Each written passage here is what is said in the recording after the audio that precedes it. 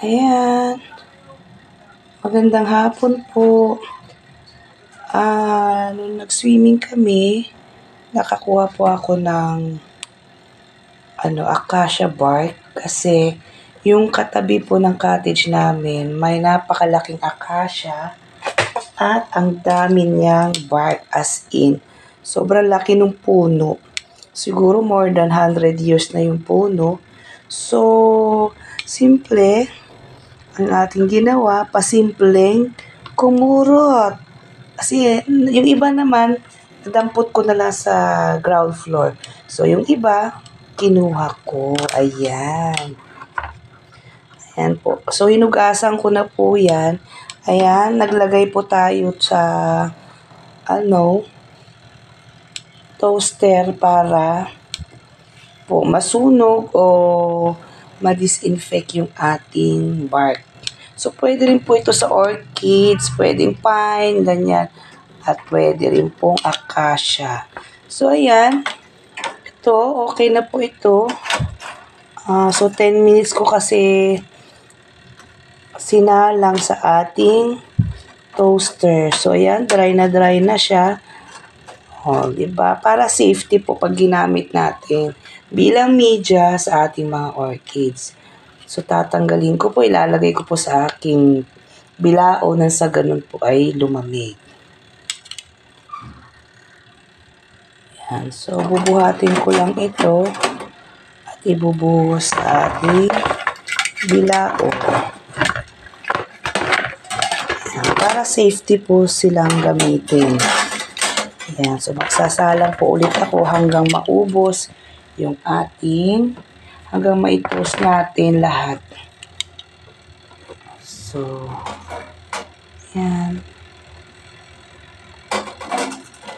Kasi kahit hinugasan ko na yan, hindi natin maiwasan na mayroon pa rin nakasiksik na insekto or maaaring makakasira sa ating mga orchids. Ito, pwede rin ihalo sa pagtatanim ng mga halaman. Biyak-biyakin lang. Pero marami naman po akong media o soil para sa aking mga halaman. Kailangan ko po ito, kumuha po ako para sa aking mga orchids. So, yan. And then, mamaya, babalik na rin ko po. Kasi,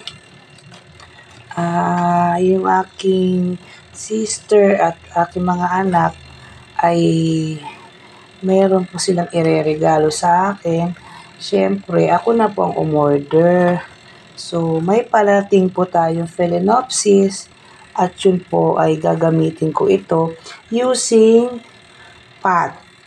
Kasi ubos na po yung aking pang-mounting or yung kahoy na pagkakapitan ko ng Phalaenopsis. So, pot naman po ang gagamitin ko. Actually, ayoko sanang gumamit ng pot sa mga Phalaenopsis. Kasi po, mas nahihirapan po ako na makontrol yung tubig sa pagdidilig. Kasi sa mounting po, spray lang po yung kanilang, kasi naglalagay po ako ng sphagnum moss at saka konting bunot. So, spray lang po dun, okay na. At saka sa mounting, pwede ko pong baliktarin yung wood, yung piece of wood kung saan nakakapit yung ating Phalaenopsis. Pwede ko siyang baliktarin at parang sa ganun, hindi malagyan ng tubig yung pinaka-crown ng ating Phalaenopsis kung saan nagkukos po ng pagkaraten pagka may na-stack na tubig. So, ayan, dry na. So, safety na po silang gamitin para sa ating parating na Phalaenopsis. So, umorder po ako ng mga Phalaenopsis.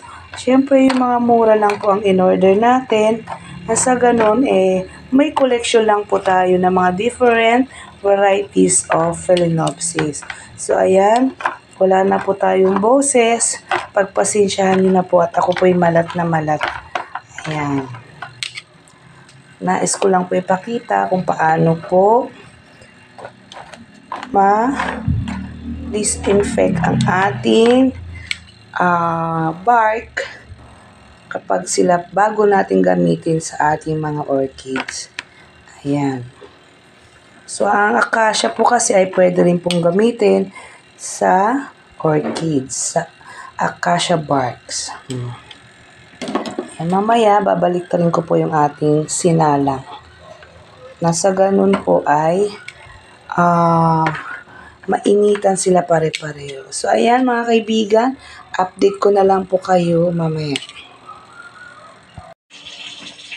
Ito na po mga kaibigan.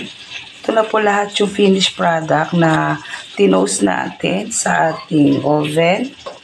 Nasa ganon, ma-disinfect po yung ating acacia bark. So, madami-dami din po pala yung nakuha ko. Malaking tulong po ito. Magagamit ko sa aking parating na Phalaenopsis orchids. Ayan. So, itong mga malalaki ay gugupit-gupitin ko na lang. Ayan, yung mga malalambot. Tsaka pagka tinost natin, tumitigas yung texture ng ating mga barks. Ayan, so hindi na po ako matatakot na gamitin sila bilang media sa ating orchids kasi yun yung way, isang way sa ating mga kahoy o barks na ma-disinfect ay sa pamamagitan ng pagsalang sa kanila sa apoy or sa oven. Sa ganun po ay mawala yung mga insekto na nandyan pa din. So, yan. Safety na po sila. I-stack ko siya. So, malamig na yan. And then, mamaya, isi-save ko na po sila sa plastic na sa ganun po. Hindi na po pasukan ng langgam or any insekto. And then, pag kailangan ko na po, saka ko po siya ilalabas. Yan. Even po sa paggamit po ng mounting, yan, kailangan din pong i-disinfect yung kahoy. Pwede rin pong ilapit sa apoy kung wala pong oven para po mawala yung mga insekto, lalo-lalo po yung mga nasa loob.